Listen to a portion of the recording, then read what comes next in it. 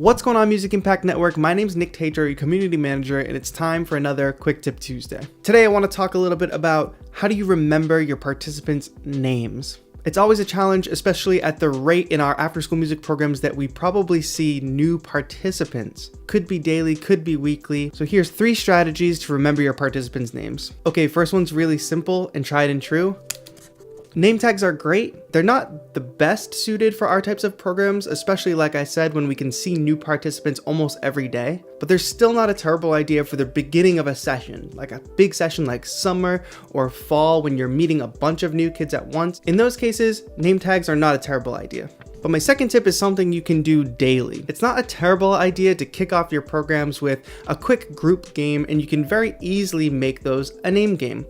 Even if you're not going to play a name game, you can still have each youth introduce each other at the beginning of a program hour, which is not only going to help you refresh your memory on their names, but it's going to help the other participants in the room to get to know each other.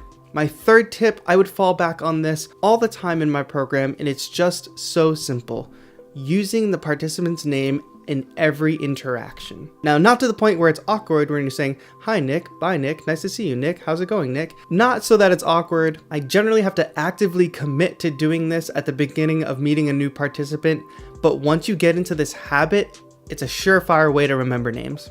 And real quick bonus tip here, if you forget a participant's name, just swallow your pride and ask them, because the only thing that can happen is time can go on further and further and you still haven't asked their name and you're still unsure, and it just gets more and more awkward. Or, eavesdrop on their friends' conversations and see if one of their friends uses their names. Not gonna lie, I've definitely done that before too.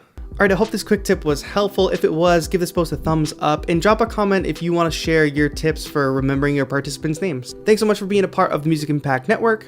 This has been Nick Tatro. Have a good one.